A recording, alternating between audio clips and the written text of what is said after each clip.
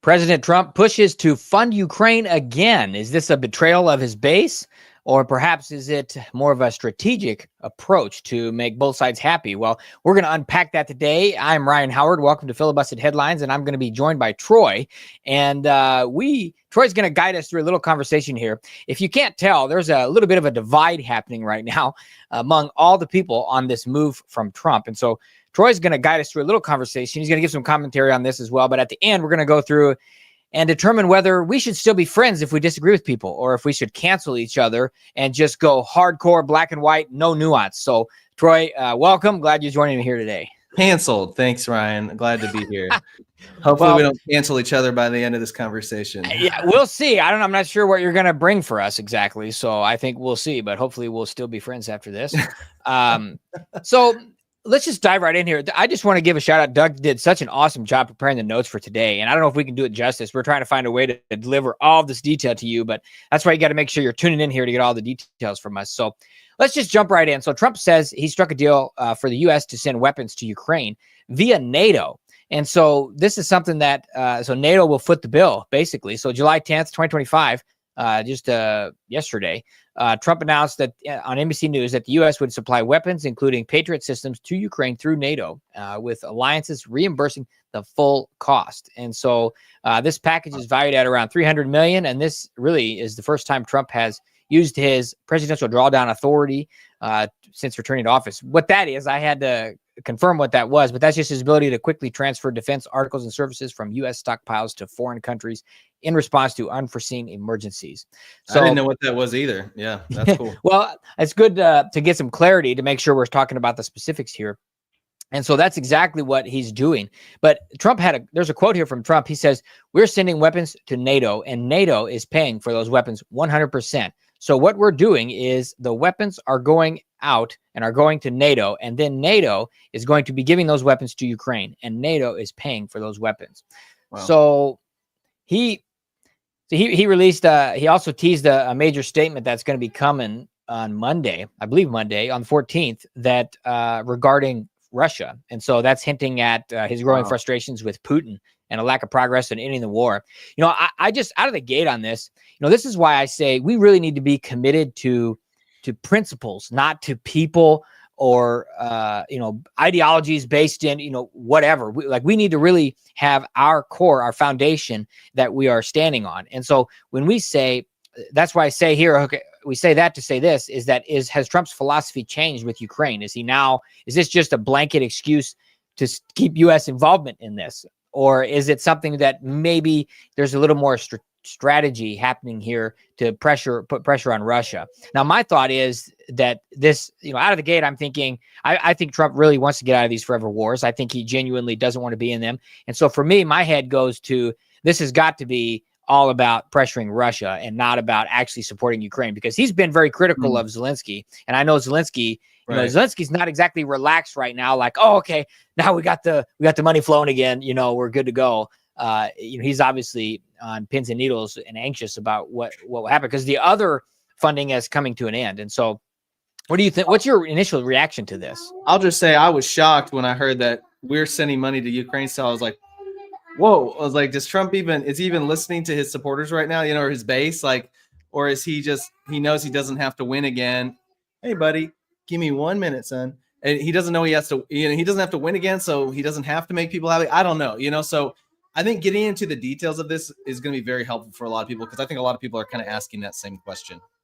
Yeah, I think that that was I was surprised. Like, even if this was something that, for me, even if this was something that is the entire purpose is to push Russia, for me, it's still surprising. So for me, that means that it must be very drastic. It must be that this is really, the expectation really is, this is really a desperate situation. So I'm very curious to know what's going to be coming from this announcement regarding Russia. But the question is whether this is a calculated pivot that benefits both domestic and international politics. And so there's a wide spectrum of reactions here. And I'm going to go through these a little bit here. So this spectrum on the right. So this topic is very controversial, and this move from Trump made it even more controversial, even more murky. And I think it really brings to the surface where people really stand and whether they have thought through these things for themselves. I mean, Troy, you and I were talking about if somebody says, "Oh, I support Ukraine," immediately that triggers a reaction from some people. Or if some people say, "I don't support Ukraine," immediately it triggers a reaction from people. But they could mean something completely different with both of those statements. Like I support some things about Ukraine. I support some things about Russia. I support some, and there's nuance. And that's sort of what we have gotten rid of here. But, that's what we're trying to really push. And what I'm trying to push with the show is, we should be able to operate in the nuance. Like there's an understanding here, and it's hard, especially when we look at the propaganda that's coming out all around this and what the elites want us to think. And so, that's what this show is hopefully helping people to wade through some of that so that we can bust this narrative that they want us to see. And we can actually talk about this and get this conversation going again among the people. So we're not just on sides shouting at each other. Yeah. And I'll just add this as, we've only been doing this channel for 7 months now or something, but as a small time conservative influencer now or whatever, the little experience I've had, I understand what's going through the minds of conservative influencers, because as soon as you say something that you think, man, my base is not going to align with this, or my supporters or my audience or my subscribers, whoever it is, like as soon as you accidentally say something that sounds off, you can get a lot of backlash. And so I think what's happening is we are accidentally putting ourselves into echo chambers. And and I think the temptation for the influencers and the people that are in front of the microphone is to say the things that people want to hear, instead of the first priority being what's right in this situation, asking that question, what's right? And sometimes we work through all the facts and we don't know what's right, and someone like Trump has to make a decision. And we're like, well, I'm going to hope and pray he made the right decision, but I'm recognizing I don't have all the facts. Other times it's going to be very clear what's right, and that's going to be exactly what people want. And then there are going to be times where you have to make a stand if you really, truly, honestly want to have integrity, and you're going to have to explain your reasons, and then I guess hope for the best, but we're going to get into more of that later. And I think we've really lost the art of disagreement in today's political culture and environment. And I really want to get into that in a little bit.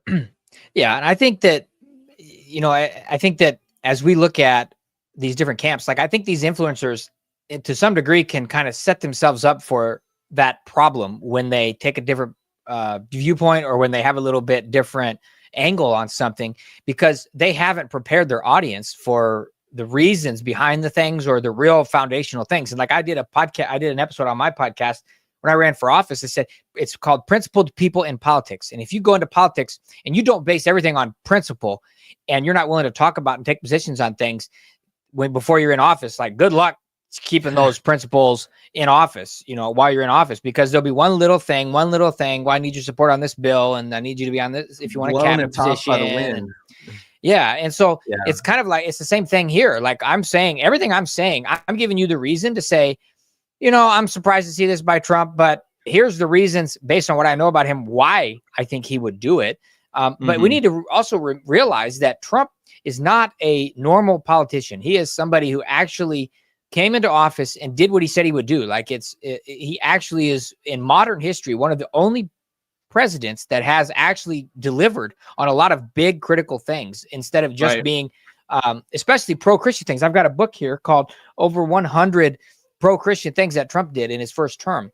And where most presidents, including Republicans, they go and they court the Christian vote, and then as soon as they get into office, they just forget about it. It's just like, whatever, thanks for getting me elected. And now I'm not saying Trump's perfect, and he's soft on pro-life and all that, and I don't want to underplay that either. But the point is, this is different, and so we should be seeing how. Now, I'm not saying, hey, great, maybe there's some hidden thing or whatever, but it doesn't really appear that way. And as we put these puzzle pieces together, we're trying to help our audience think the way we think, which is you think for yourself. You're a critical thinker. And so it's not just taking the talking points. Let's get into some of these. Let's get into some of these different viewpoints, because I think there's a lot of different camps right now on the conservative side. And Ukraine, Russia has split people in a variety of different ways. I'd love to see what some of these are. Yeah. So let's start at the top. We've got pro-Russia and anti-Zelensky. And so maybe not necessarily anti-Ukraine, but really Zelensky, I think for a lot of people, stand just as a poster child for corruption, and puppet, like he's just doing what he's told. He's not really doing anything on his own. He's just going with the flow of whatever the West tells him. And so this could be pro-Russia, anti-Zelensky. That's one camp. The second one is neutral Russia and pro-Ukraine, but anti-war. So you can see there's some nuance here. So that really, they believe that Ukraine needs help, but not necessarily just with regard to Russia. And so it's not necessarily what's going on with that. But the next one is pro-Russia and neutral Ukraine, but anti-war. So that focuses less on the tensions between the two countries and more on the need to end the war. And so that's where, I would be. So then you have the pro-Ukraine or anti or neutral Russia. And I think that's one where they just kind of think that Russia needs to give back the ground and leave Ukraine alone. And so you have the more, so those are all kind of balanced ones. But then you have the isolationists, which says no war, no involvement, let the countries figure out their own stuff. And the other end of the spectrum is the warmongers, who tend to be pro-Russia or even pro-Ukraine or whatever. They want to intervene, and they want the two countries, they just get in there. We just need to be in war. And there's a lot of special interests there. I mean, it's just insane. So if you go back and hear some of the speeches of some of these representatives and senators over the years, like, it is just insane how quick they jump to what they want to do from a military perspective. And so it's disheartening, really. And once you see it, like, you can't unsee it. Like once you start to see that's happening, it's just, you always will see it there. And so obviously there's hybrids between in all of these, where I would put myself would be sort of in the camp of, the West. This is propped up by the West. Like if they would have left it alone, there was a peace deal that was all agreed to, like, within 2 weeks of this, and the West came in and pushed against it several times. That's happened. So you'd be like a variation of like isolationist, basically, like a balanced version of that. I would say, I don't like the word isolationist. I would say it's more of a, we protect our interests, and I don't go so far as to say that we need to be giving, like, basically, if we're going to help propagate a war, there needs to be a serious reason for that. And I have not seen that. Like, if we're I have not seen that. There's a territory dispute or whatever, and that's what needs to happen. There's international governing bodies that need to deal with that, but they're only able to continue this dispute because of Western support. Yeah. So if y'all watching either live or after the fact, if you have the guts and you're willing to take the criticism from other commenters, potentially, let us know which camp you fall into right now. I would probably put myself into a slightly different camp, where I'm pro the Russian people and pro the Ukrainian people, but anti-corrupt government. And I think that's happening on so both just sides. To be clear, that's also the camp I'm in. I just want to be clear. And I think and obviously I'm thinking of this idealistic world where all the corrupt governments get, toppled or whatever, and fixed, and the right people are put in place, so it's like, I'm thinking about heaven, so that's different. Obviously, that's it's not going to happen. And the reason I don't like the isolationist thing is because we can't just be like completely uninvolved in everything. Like, it depends what you mean by isolationist. Like, we need to be, sharing intelligence with other countries. We need to be coordinating with allies and that sort of thing. And there are some times where it's like the definite, think about World War II. There are some times where it's like you get to a point where we have to get involved. That's the only right decision to make, but that's a line that's very far, I would say, a lot further than some people are willing, to admit. Yeah. And even World War II, just that example, just to show how we need to be thinking for ourselves and know what's going on, is there's people that have come out that said, hey, they knew Pearl Harbor was going to happen. They intercepted communications. They let it happen because they wanted to get in the war. And otherwise they didn't have a reason to get in the war. So it's kind of like, even that is like, well, I'm not even just talking about Pearl Harbor specifically, or something that happened to the U.S. Leading up to that. In general of, if we don't do something, this world as we know it is going to be destroyed. Like, when it gets to that point and that is very clear, then I think that, there is a moral obligation at some point. I'm not saying I know where that line is, but well, so I think we have another article, other thoughts here. I want to get to what I want to make sure we got plenty of time to talk about your topic about should we disagree and how can we disagree and all that. But, this is really looking at going through. So in the past, the U.S. was the largest provider of military aid to Ukraine from 2022 to 2024, contributing $69 billion. Wow. And so $69 billion. I didn't know it was high. That's crazy. If you like it, does you can everybody go and look and say what problems in America could be solved with $69 billion. Just Google that question or ask ChatGPT or something. And you're shocked. You will be shocked. It basically destroys homelessness. It's insane what you can do with that amount of money. And so this is really getting into, NATO Secretary General Mark Rutz, he confirmed discussions with Trump, and he emphasized that more ammunition and air defenses were needed for Ukraine, and European allies like Germany and Norway are also stepping up and pledges for additional Patriot systems. So I just want to be clear here. I don't think we should be perpetuating this. I think we need to do whatever we can do urgently to end this conflict. It is absolutely infuriating. And so for me, my view, what I understand is that Trump sees it the same way. And if this is a way for him to kind of say Russia's not doing what we want, so he needs to kind of bark a little bit here, okay, that's fine. But if this continues a year from now, then I'm going to be singing a different tune. And so, that's kind of my initial thought on that. But so we've kind of gone over the different end games here, whether this is just, securing domestic support, by doing this and helping one part of the base be happy because it's supporting you going through NATO. And then also it's still supporting in one way or another, standing up against Russia. But is this, I would lean more towards this is really mostly about pressure on Russia, especially since there's a major statement that's going to be coming up.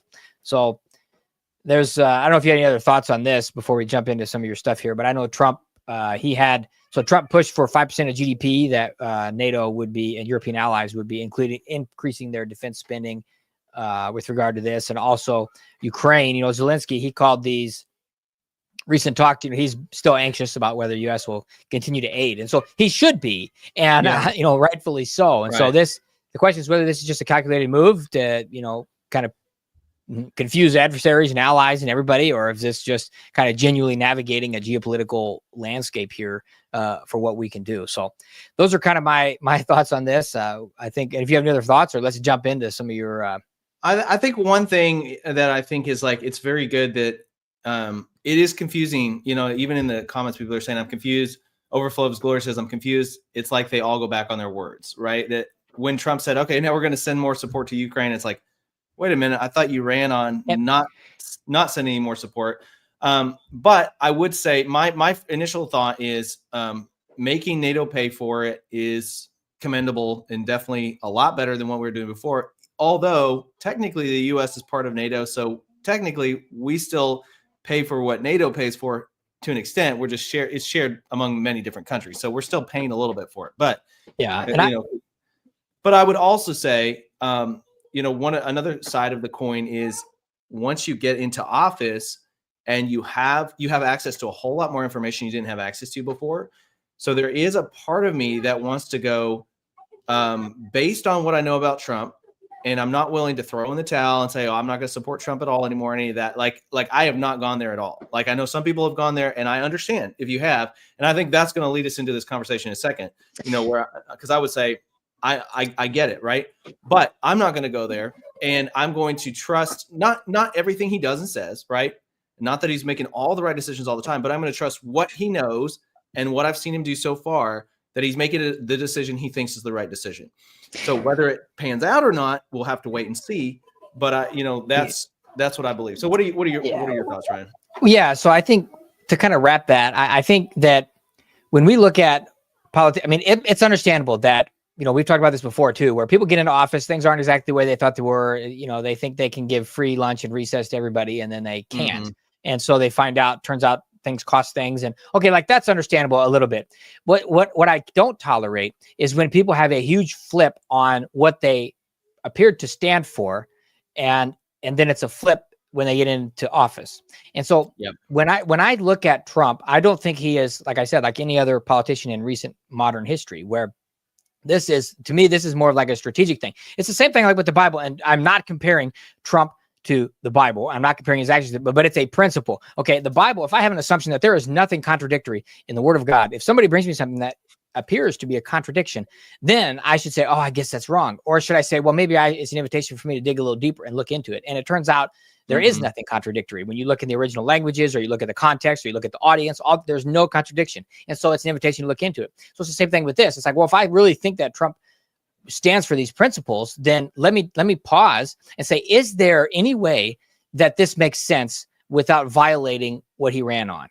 And I've laid out a few of those reasons. Now, we may be proven wrong. I'm absolutely not a Trump can do no wrong kind of person, but I supported Trump because of the principles that he talked about. And so that's where you have to navigate these very sticky situations. And he's doing this in a way that hopefully, again, is to get Russia to the table, and hopefully we'll see that happening. So right, and that's my hope too. I'm hoping that that's the outcome. That would be really, really good if we could actually if the war would actually end, and then I'm like, I don't even care almost how we get there.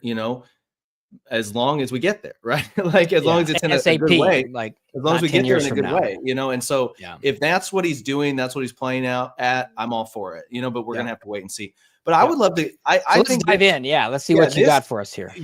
One of the things you brought, Ryan, was this list of all the different camps that conservatives have been split into because of the Russia-Ukraine war, which is crazy that you listed off like 7 or 8 of them, and I think there's probably even more. And they get more subtle if you really look into it. But one of the things I've seen was friends of mine who are most of them conservative, just in insane Facebook arguments, all based on Russia, Ukraine, insane arguments, and friendship splitting up and people going separate ways and all this stuff. And I'm like, what have we come to? Right. And in the moment, it makes sense. But if you were to tell those people 2 years ahead of that, y'all are not gonna be friends anymore because of Russia and Ukraine, they would be like, what are you crazy, or 2 years after the fact, they might look back and go, why were we so mad at each other? And it's because you're outside of the emotion. So I think as a culture, we have lost the art of disagreement. Mm-hmm. We've completely lost the art of disagreement. And I think on the left, it is the worst environment for cultivating true friendship that you could possibly have. And because the left's their ideology is either you agree with me or you're a bad person. That's their ideology, right? On the right, I don't think we've gone that far, but I think we are in murky waters right now. I think we're kind of more along the lines of there's a level of compliance expected. And if you don't agree with me, you aren't as intelligent as I am. Like that's kind of where we are on the right. So it's a little different. It's not as an ad hominem attack. Yeah. It's not so bad, but it's not healthy. Right. And I think there's 3 things, I've been putting a lot of thought into this week, and there's 3 things I feel like we've lost and we've forgotten as a culture. Number 1, disagreeing is not betrayal. Disagreement is not betrayal. Number 2, your life experience plays into your conclusion of a topic, and actually caring about someone means you leave room for them to have a different experience than you have. Yeah. Meaning they're going to come to a different conclusion. Number 3, friendship doesn't always mean agreement. Friendship doesn't always mean agreement. Like friendship is, I'm going to stand beside you and I'm going to support you and I'm going to be there for you when you need help, when you need some support. Like that's friendship. Disagreement can be weathered by true friends, but true friendship is not built on agreement. And so that's very different. And I was actually reminded of this proverb. There's a proverb that says, faithful are the wounds of a friend, but deceitful are the kisses of an enemy. And I think this is what we have, unfortunately, is we have people in the conservative movement that, like I mentioned earlier with the whole conservative influencer thing that's going on. We have people that are saying, hey, here's what I'm saying at the top here. And then other people are like, oh no, if I don't agree with that, I'm going to get kicked out of the club. So I'm going to say that too. And it's just a yes man situation, like yes, down the ladder. Yes. And you see that. I've seen it so many times where it's like, generally speaking, the conservatives are headed this direction with this theme or this topic. We're all in this camp. And then one person at the top says something different. And then everybody else either gets in line with that and goes, yes. And it's like, wait a minute, everybody just changed their opinion all of a sudden based on what? On this person at the top, instead of based on principle, like you said earlier. Yeah. And it's like, why can't we just, I think some of the true tests of real humility and maturity is being able to disagree in love, and just say, hey, we're going to stay friends, even though we disagree. What are your thoughts on that? And then I want to bring up 2 examples of historical friendships that I looked into a little bit this week that I think are phenomenal. And we just don't think about it, but these are people that y'all will know who these people are. And they were people in history that had major disagreements, but they were still friends. What are your thoughts, Ryan? Yeah. So I think that, when we have friendships with people, they're usually based on, connection, value, mutual values, like we say principles, but maybe values is better in that case. And one of those is, I'm going to give you the benefit of the doubt and we're going to have a discussion in good faith. And so there's people that I worked with. I was a supervisor in a manufacturing facility, and one guy was just a very wacky left. Like, he would say the craziest things, and I just but he was a funny guy, lighthearted, and we had a great friendship and interaction, even if we would like kind of jest each other a little bit. But that was just the kind of mentality that he had. And so we could still be friends. Now, on the right, this whole idea of, if we sort of get our friendship onto the foundation of we are just really basing it on all these things that we agree on, well, then that friendship is really more like people who are just, they party together, but they don't really have any connection to each other. Mm-hmm. There's not a real friendship there. It's really, okay, let's go do the parade together. Okay, fine. That's the kind of friendship they want. And maybe it's exposing some friendships that were like that. But I think in more is the case that people just are sloppy and they're not careful and they've gotten disconnected. And like Mike Tyson says, I think people can talk tough online, but they wouldn't, if they got punched in the mouth, they wouldn't talk so tough. So everybody talks a little different in person versus online. And so I think some of it, people kind of just lose sight of, wait, this friendship is way more important than this topic. In fact, in 2 years, I'm not going to care at all about this. And so if it's a real friendship there, then one of those values that we should be maintaining that connection, maintain that friendship, love, have respect, and how we talk and communicate to each other. So I think that it's something that we need to be wary of. Maybe it's exposing what really wasn't ever there, or maybe we're just being a little sloppy and we need to get back to keeping what matters most at the forefront. So good. Here are the two examples. Number one, Thomas Jefferson and John Adams. Almost everybody knows this example, but they literally ran against each other. Two founding fathers of the United States ran against each other for president. Had a lot of different rivalries. Obviously, they literally had campaign slogans speaking negatively against the other person, like major disagreements. Adams believed the federal government should be strong and centralized. Jefferson believed in a weak federal government, more power at the local level. Those were like some of their major, just campaign differences and stuff. But then these are two people who developed a lasting friendship and literally wrote each other letters until the day they died. And the crazy thing is, it's weird, but they died on the same day, July 4th, 1826. Like, both of them died on the same exact day in different places in the world, but they were still writing letters to each other up until the day they died because they were friends, and it's like, it's weird, but it's like, it's a beautiful story because you realize, oh my gosh, what if that was happening today? It would blow our minds, and I'm not saying that could happen because, now the left versus right, there is such a big gap, right? There's such a big divide, and the very values at the core, what you're saying about friendship is right. Like, I am not going to be really good friends with somebody that shares very different core values, right? Like, those have to match. But I can be very good friends with somebody who disagrees with me about Ukraine or Russia, because why? Because those are not my core values. Those are conclusions I've come to partially based on my core values, but those are not my core values, right? Mm-hmm. And they're also based on the information I know. My conclusions also based on my life experience, all these different things. But here's another example: J.R.R. Tolkien and C.S. Lewis. So I don't know if y'all can hear the banging outside, but somebody's literally banging on my door right now. So Tolkien and Lewis, both Christian authors who wrote slightly different styles, but both, fantasy type of stuff. Anyways, very, very, one of them more focused on the theology side of things. The other one's more focused on language, literature, those kind of things. They did not always see eye to eye on matters of literary taste. And actually, after C.S. Lewis died, Tolkien wrote about him saying, to tell the truth, he never really liked hobbits very much. And that was like Tolkien's main character that he came up with or whatever. And they really didn't always like each other's writing that much, which is weird. But for 40 plus years, they were the best of friends, would meet together every week. And Tolkien also wrote about Lewis after he died. The unpayable debt that I owe him was not his influence. Catch this. I love this. It was not his influence, but sheer encouragement. See, and I think that's what we're missing. We've lost the art of disagreement. And so we go, well, if you're not going to allow me to influence you anymore, or if you're not agreeing with the same influencers I'm agreeing with, we can't be friends anymore, or I'm just going to throw out your opinion. But it's like, but what are we missing out on? Because that's what friendship is. Friendship is, hey, we might not agree on everything, but I'm going to stand next to you and I'm going to encourage you and I'm going to build you up, and I'm going to be there for you when you really need somebody. And that what that does is it's telling the other person like, hey, I value who you are, not just what you say and not just what you support. And there's a line, there's a line to cross. There's a point where somebody says, I'm supporting this crazy thing over here, and I'm gonna go like, well, we are gonna have to split ways, right?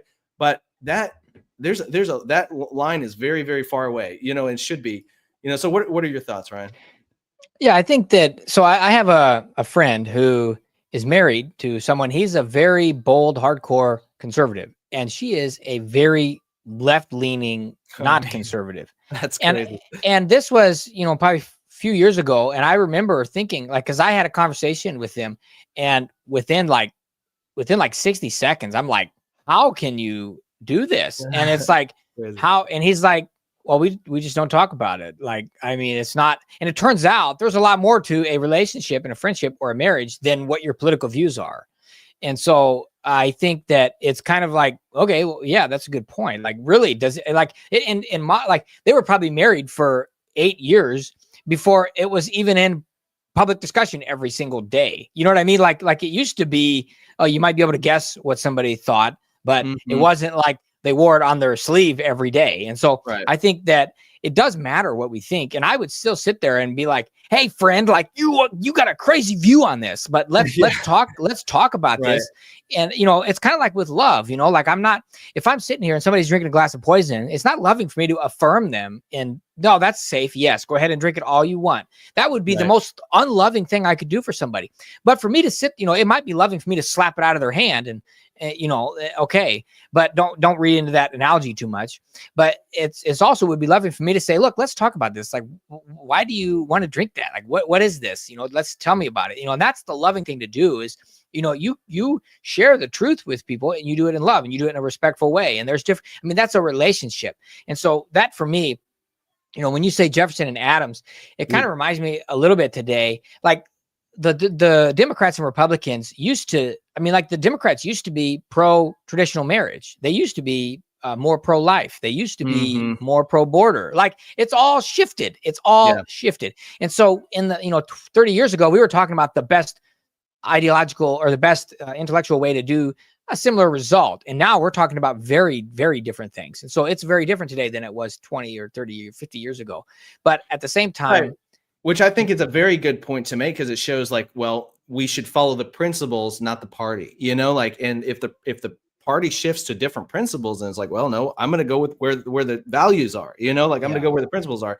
But I love that point that you make. It's like real friends, like also, it's not always, I'm going to keep my mouth shut. That like real friendship means sometimes you are vocal about your disagreement because you care about that person. Yeah. And I'm strategic. Like it's different. Like if I want to railroad a conversation at work and I want to force everybody to think the way I do, like, okay, that's one way to do it. Or I could use what I learned in this influence workshop. And how can I better influence people? Like I get trust. I would have a more strategic approach. This person that way, that person this way. It's a little different maybe on an individual basis, or if I'm in a different organization, like you think about the audience, how can you best convince people? Like that's a loving thing to do. Like how can I, but to sit there and just shout and talk past each other, what I'm not talking about is the uniparty that we see today, where you got all these people that have fake public disputes, but really they're all buddies and they want the same thing. They just want to keep their power. Like that's kind of what this uniparty establishment is about today. That's not what I'm talking about here, So I don't know the details about the Jefferson and the Adams thing, but the public disputes back then by horseback were probably a lot different than today on Twitter every 5 seconds, So, but or in newspapers, but no, it's very, very different. So, was there anything else that you wanted us to chat about or talk through before we wrap up? No, that was it, man. I think that was a good conversation. Unless you have anything else. Oh, all good, man. Well, I appreciate the lively comments today. You are doing great. We really appreciate that. That helps us a lot, and also know what everybody thinks and where they're at. So we want to thank everybody for joining us. We'll be back next week live on Monday, Filibusted Headlines. So thank you so much for joining us. God bless, and hope you all have a great weekend.